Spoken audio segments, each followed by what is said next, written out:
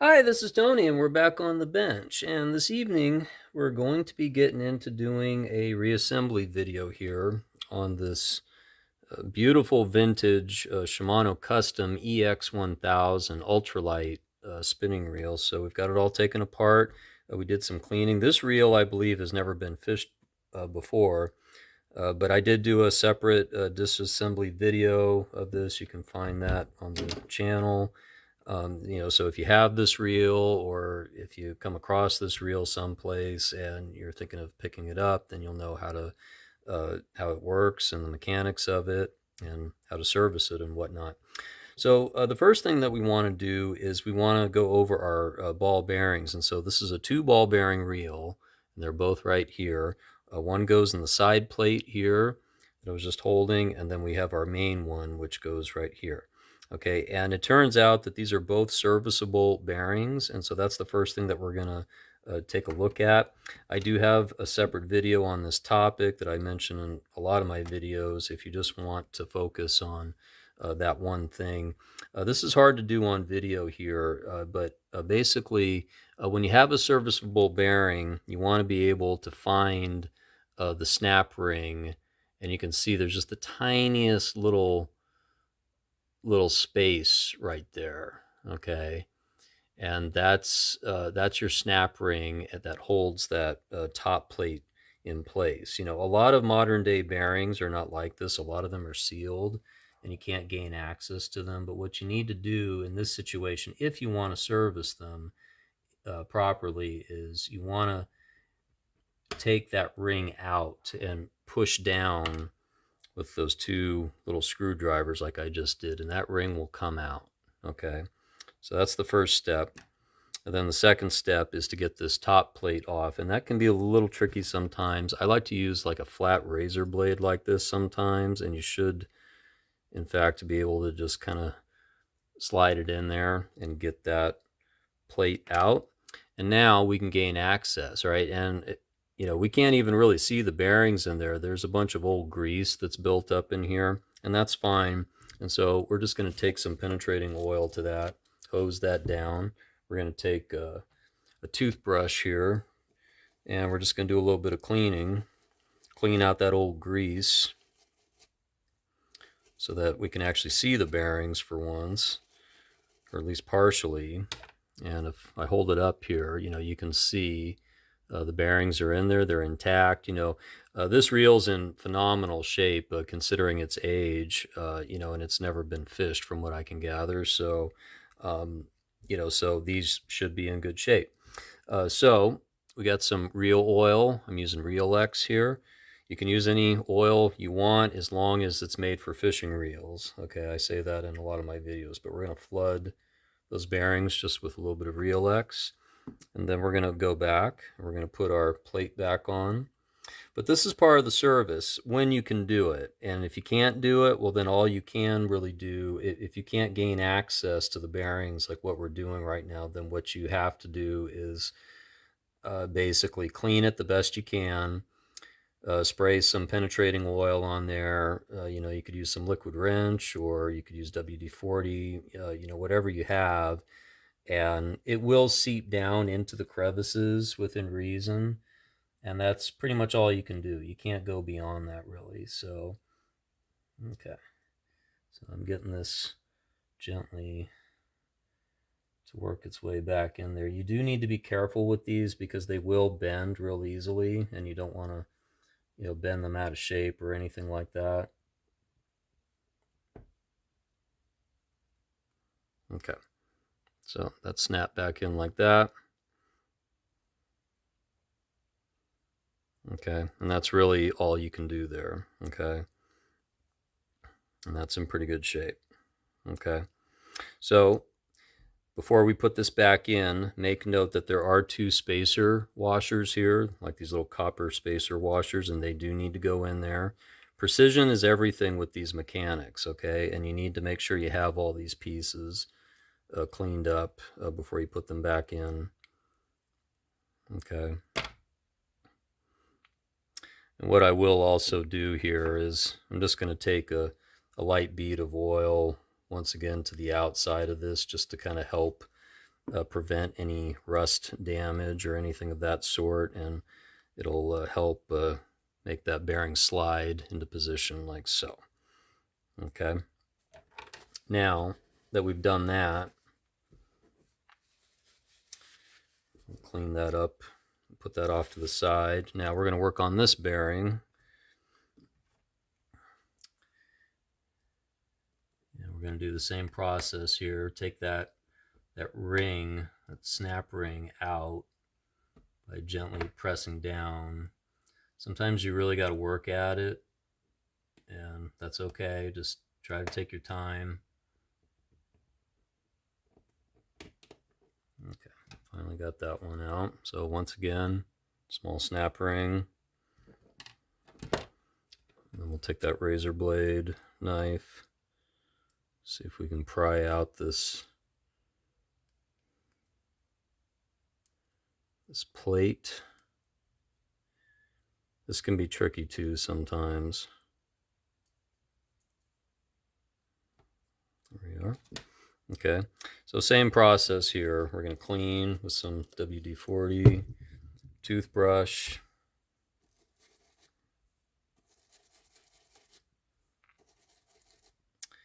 But yeah, I have a small collection actually of these small ultralight Shimanos, and they're all very similar in size and in nature. They have a few different varying differences, but they're all relatively the same, more or less, in terms of the way that they operate, at least. So,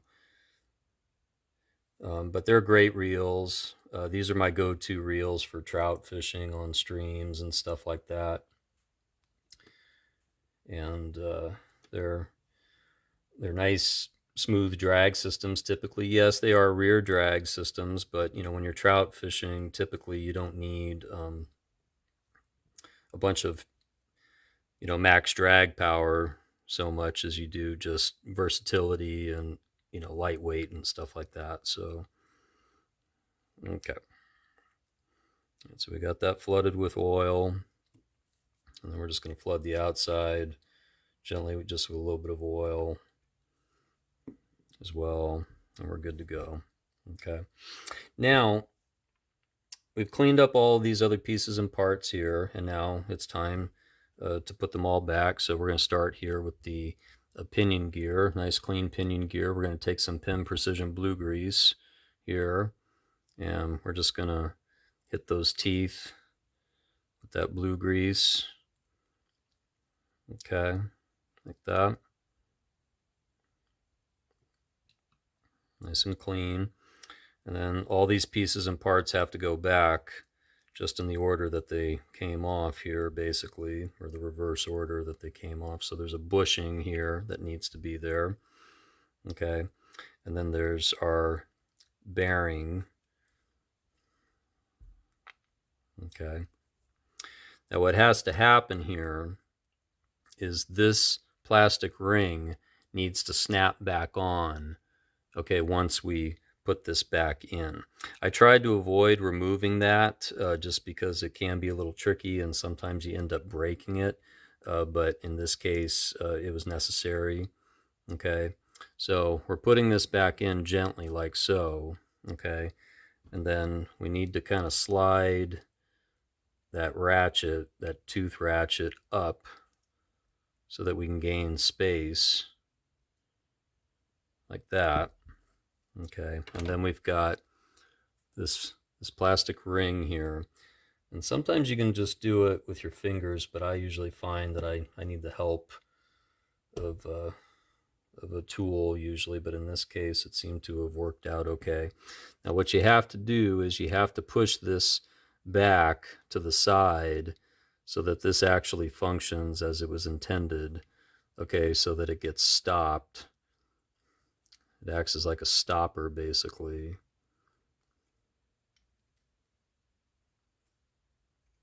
So yeah, make note that you need to have this resting just right in there. Okay, it's a little difficult to see. Now that we have all that done, we need to put those two set screws back in here, which I believe are these. And we're just going to hose those down just with a little bead of lubricant here, just to put those back in so that this assembly doesn't go anywhere. And that'll prevent any rust damage or anything to that effect.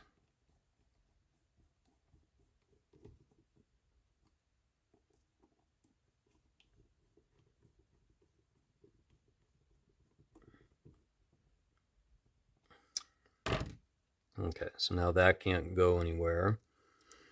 Now the next thing that we want to do is we want to reassemble our drag stack here.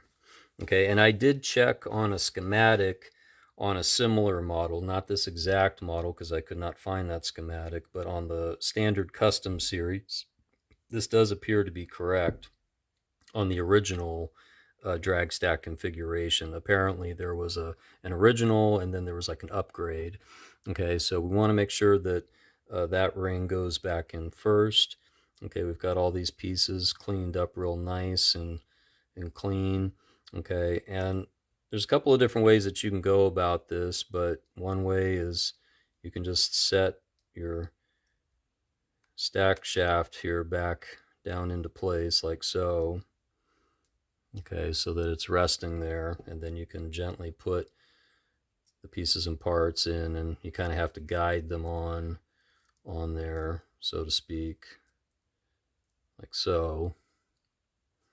Okay, and then just go in sequence in the reverse order.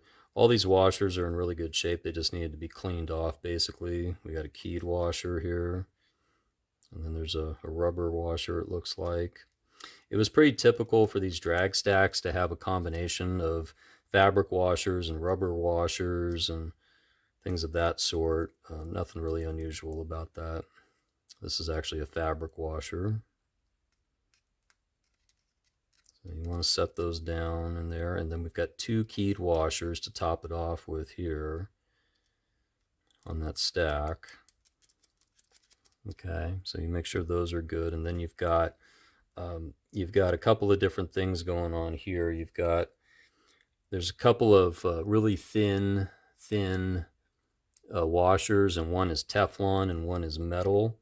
Okay, and the Teflon one should be at the bottom, at the base of this clicker wheel here, and then the spring goes on top like so. Okay, and then you just want to gently turn that back in like so. You don't want to tighten it so that it's really, really tight, but you just want to get it so that it starts to apply pressure, basically. And then we've got our bottom cap here. Okay, and really the way to do this is to line up your 1, okay, on your wheel. If you have any numbers on your wheel, if you line it up with 1, you can do it with 0 if you want as well. 1 is actually a pretty good starting point because we've just gently snugged up that wheel. So technically you've already got a little bit of drag being applied. Okay, so that's hence the 1, and this goes all the way up to 10, of course. So, by the time you hit 10 on this, in theory, it's supposed to be correct. Now, the one tricky part about this is you've got this clicker tongue here that needs to go down in here, and it's kind of hard to do that without losing it. Okay, but as long as you remember to do it before you put the plate back on. You don't have to do it right this second. Okay, but we just want to remember that before we put everything back on as far as the cover is concerned. Okay, all right, so we've got that there. Okay, right, we're going to put that off to the side now. Okay, so we've got all of our pieces and parts here kind of cleaned up and ready to go, more or less. So what we're going to do is we've got our rotor here, and the rotor looks like it's in good shape. There's nothing wrong with it. Very, very clean. no issues there at all. So we're just going to take a little bead of Real X oil to that lever right there, let that work its way in. Okay. And then I don't mind just doing a little bead of oil here and here as well.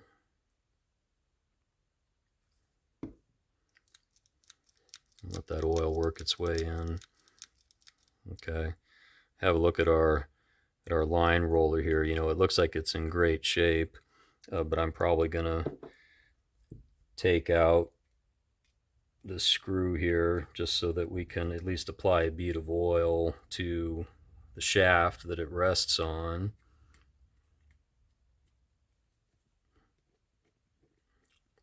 So you can see, you know, there's a few steps in this, but it can be done.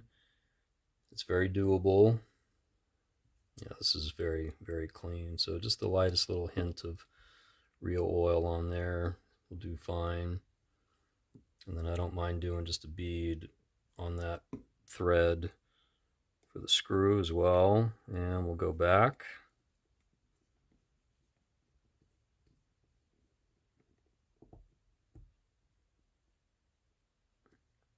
Okay. So now we should be ready to go back.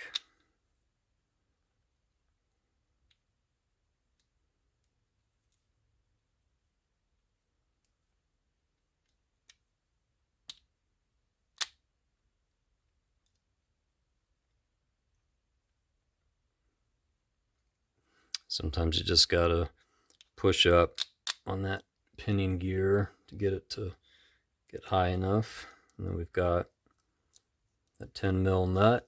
It's going to go back on like so.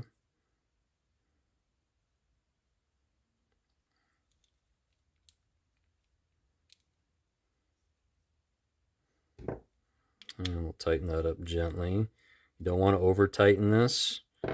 Just want to snug it up. And then you've got this piece here to hold it in place, essentially. Just give it another quick little turn. Line up those two holes.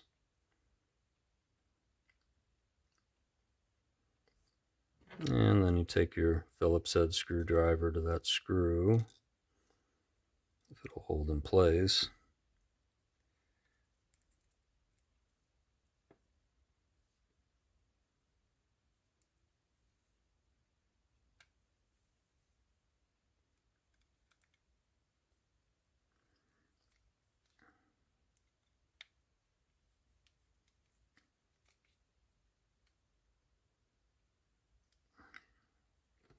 Okay. Okay, so now that we got that back into place, all right, we're just going to take some Real X oil here to these levers here. Basically any pieces that touch metal, metal on metal, we want to make sure that those get lubed up. Okay. So now we're ready to put the rest of our pieces and parts back in here. All right, so remember we've got a block right here that slides up and down in there, and then we've got a cam. All right, main drive shaft and main gear. So we're going to take that blue grease first to this shaft. Try to avoid putting grease down here at the bottom, because remember that's going to sink down into your drag stack. Okay, just try to keep it up here if you can. I find that's helpful. All right, and don't forget we've got two clips, okay, that are going to hold all this together here once we slide down into position. Okay, and we need to make sure that this is clean, our block here, and that's going to have to actually go in with a little bit of grease as well down here in that slot shaft down here. Okay, and that grease will work its way in.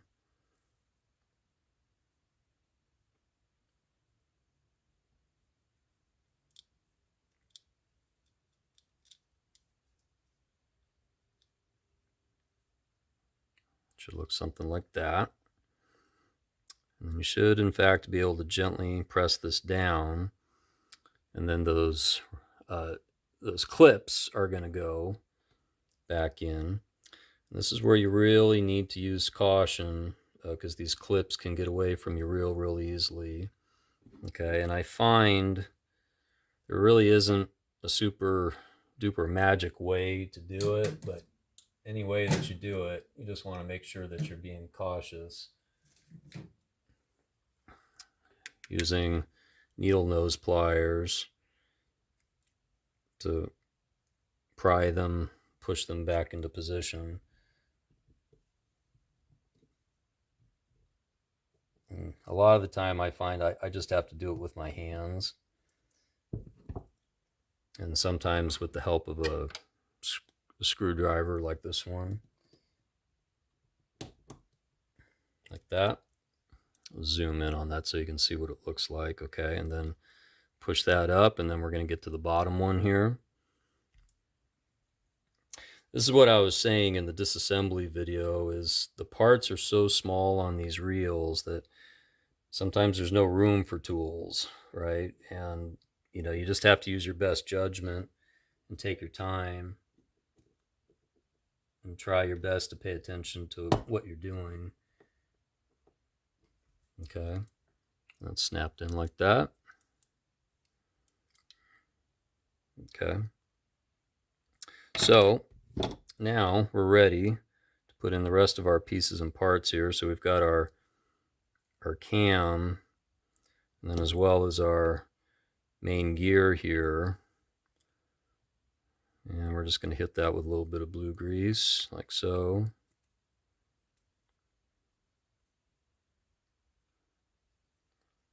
And that'll work its way into all the teeth and everything eventually.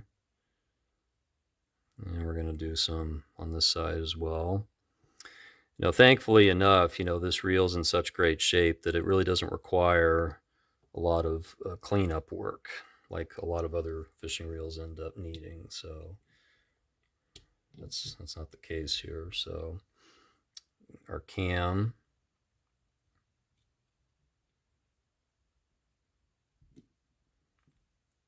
okay, it should line up like that. Okay, and we're just gonna go over this just with a little bit of blue grease here on top as well.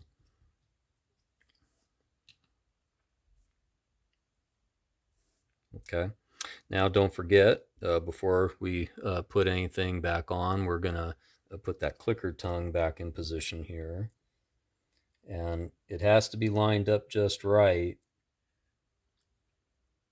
with this notch here at the bottom. Okay, it has to be correct, otherwise you're never gonna, that's it.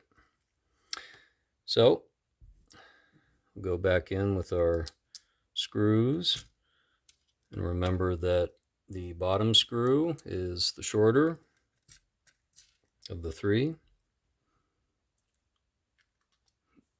and we're going to spin those back up.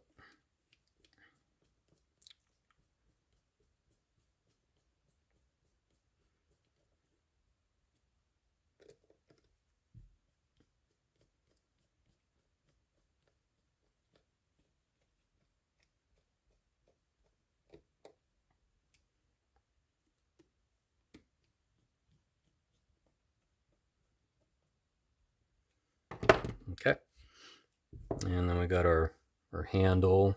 Just take a little blue grease to the handle here, like so, and we'll do a little bit of Real X oil on that handle knob. It'll work its way in there. Go back in, like so.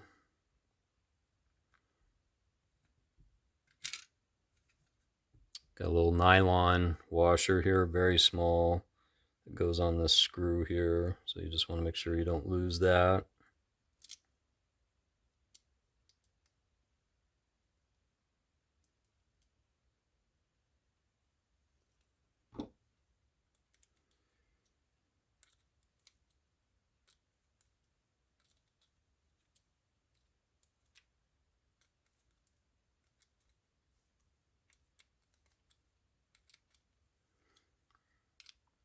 As you can see, with a little time, a little patience, and some basic tools and whatnot, you can service a reel like this. So, once again, if you have this reel, or if you're thinking of picking up this reel, you can watch this video and you'll know what to do.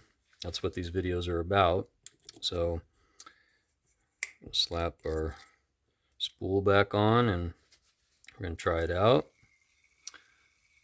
Spins like a champ. Anti-reverse is working good. And we'll tighten up our drag here a little bit. Make sure that's working nice and smoothly. Oh yeah, really good. Make sure you loosen it up when you're not using the reel. And there you have it. That is the Shimano Custom EX 1000, all serviced up and ready to go.